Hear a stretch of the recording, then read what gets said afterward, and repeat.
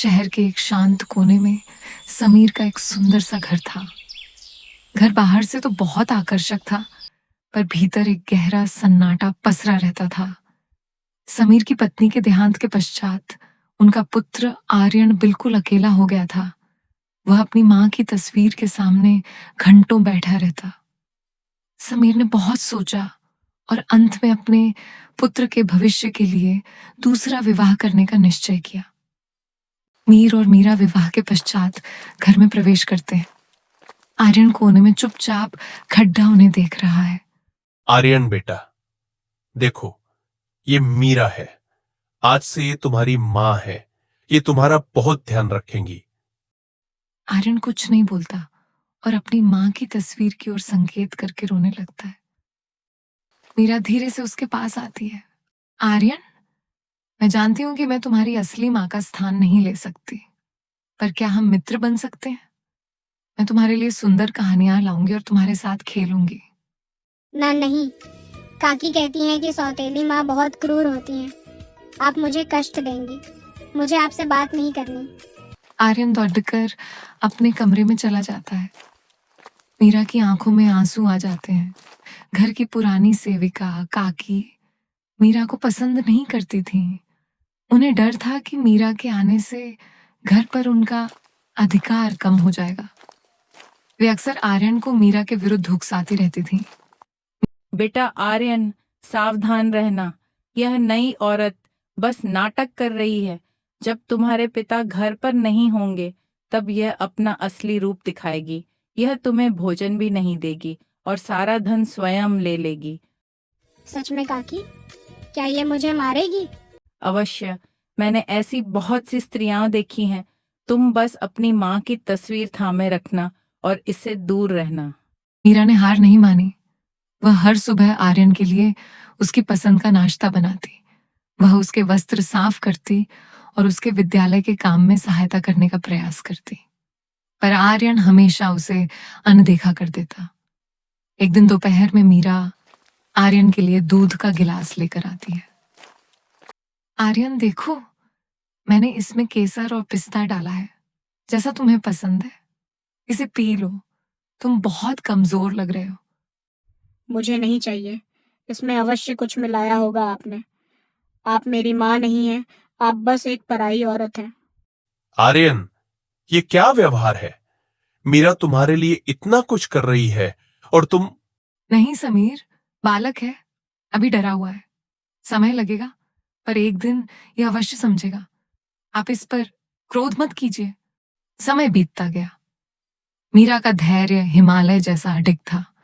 आर्यन उसे कष्ट देने के नए नए तरीके खोजता, पर मीरा हर बार उसे मुस्कान के साथ क्षमा कर देती। एक दिन समीर को दफ्तर के काम से कुछ दिनों के लिए शहर से बाहर जाना पड़ता। मीरा, क्या तुम आर्यन को संभाल लोगी? वह अभी भी तुमसे दूर भागता है। आप निश्चिंत होकर जाइए। वो मेरा पुत्र है, मैं उसे संभाल लूंगी। बस आप अपना ध्यान रखिएगा। समीर के जाने के प्रथम दिन ही आधी रात को आर्यन को बहुत तेज ज्वर, बुखार हो गया। उसका शरीर आग की तरह तप रहा था। काकी अपने कमरे में गहरी निद्रा में थी, पर मीरा जाग रही थी। मीरा आर्यन के कमरे में प्रवेश करती है और उसके माथे पर हाथ रखती है। हे ईश्वर, आर्यन तो तप रहा है। आर्यन, बेटा आंखें खोलो। देखो, माँ यहाँ है। माँ, बहुत दर्द हो रहा है। माँ, बचा लो। मीरा तुरंत ठंडे पानी की पट्टियां करने लगती है। वह पूरी रात आर्यन के सिरहाने बैठी रही। वह उसे दवाई देती और उसके सिर पर हाथ फेरती। महादेव, मेरे बच्चे को ठीक कर दीजिए। चाहे तो मेरा स्वास्थ्य ले लीजिए, पर इसे स्वस्थ कर दीजिए। ये तो अभी बहुत छोटा है। अगले दिन प्रातः जब आर्यन की आंखें खुली तो उसने देखा कि मीरा बैठे ही सो गई थी। उसके हाथ में अभी भी वही पानी का पात्र था। आर्यन ने देखा कि मीरा की आंखें सूजी हुई थीं, जैसे वह पूरी रात रोई हो। तभी काकी कमरे में आती हैं। अरे, यह नाटक बंद करो। बालक अब ठीक है। जाओ, जाकर रसोई संभालो। काकी, शांत रहिए। मीरा माँ ने पूरी रात मेरी सेवा की है। जब मैं कष्ट में था तब आप सो रही थी, पर इन्होंने एक पल के लिए भी मेरा साथ नहीं छोड़ा। पर बेटा, यह तो सौतेली माँ क्या होती है मुझे नहीं पता, पर माँ क्या होती है वह आज मैंने देख लिया। जो मेरे दुख में स्वयं रोए वही मेरी माँ है। आर्यन के स्वास्थ्य में अब सुधार हो रहा था। उस रात की सेवा ने बालक के मन के सारे संशय मिटा दिए थे। जो दीवार काकी ने खद्दी की थी वह मीरा के आंसुओं और उसकी ममता से ढह चुकी थी। अब आर्यन अपनी पुरानी माँ की तस्वीर तो देखता था, पर वह मीरा माँ के हाथ थाम कर ही सोता था। अगले दिन प्रातः काकी फिर से आर्यन के कान भरने का प्रयास करने लगी। बेटा आर्यन, देखो, यह स्त्री बस दिखावा कर रही है। एक रात जागने से कोई माँ नहीं बन जाता। ये तो बस तुम्हारे पिता के आने की प्रतीक्षा कर रही है ताकि वह अपनी महानता सिद्ध कर सके। काकी बस कीजिए। अब तक मैं आपकी बातों में आकर अपनी माँ को दुख देता रहा, पर उस रात जब मेरा शरीर तप रहा था तब आप अपने सुख की निद्रा में थी। मेरी मीरा माँ ने एक पल के लिए भी अपनी आंखें बंद नहीं की। जो निस्वार्थ सेवा करे वह पाखंडी नहीं हो सकता।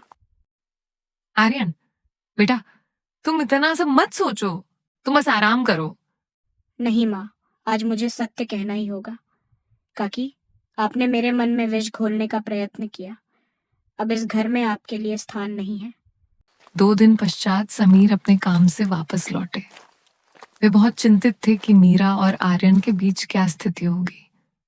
जैसे ही उन्होंने घर के मुख्य द्वार पर कदम रखा, उन्हें भीतर से हंसने की आवाजें सुनाई दी।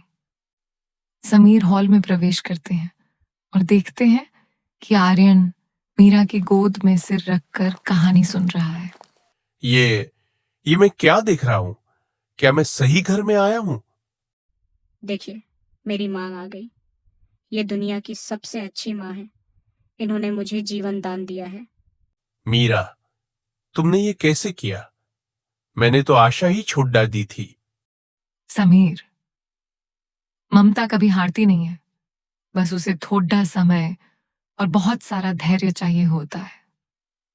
आर्यन मेरा पुत्र है और एक माँ अपने पुत्र को कभी स्वयं से दूर नहीं रहने देती। हे ईश्वर, मुझे 2 माताएं देने के लिए धन्यवाद। एक जो ऊपर से मेरा ध्यान रखती है और एक जो यहाँ मेरा हाथ थामे खद्दी है। तो दोस्तों, ये थी मीरा और आर्यन की कहानी, जो हमें सिखाती है कि रिश्ते खून से नहीं बल्कि एक दूसरे के प्रति सम्मान और प्रेम से बनते हैं। सौतेली माँ भी एक सच्ची माँ हो सकती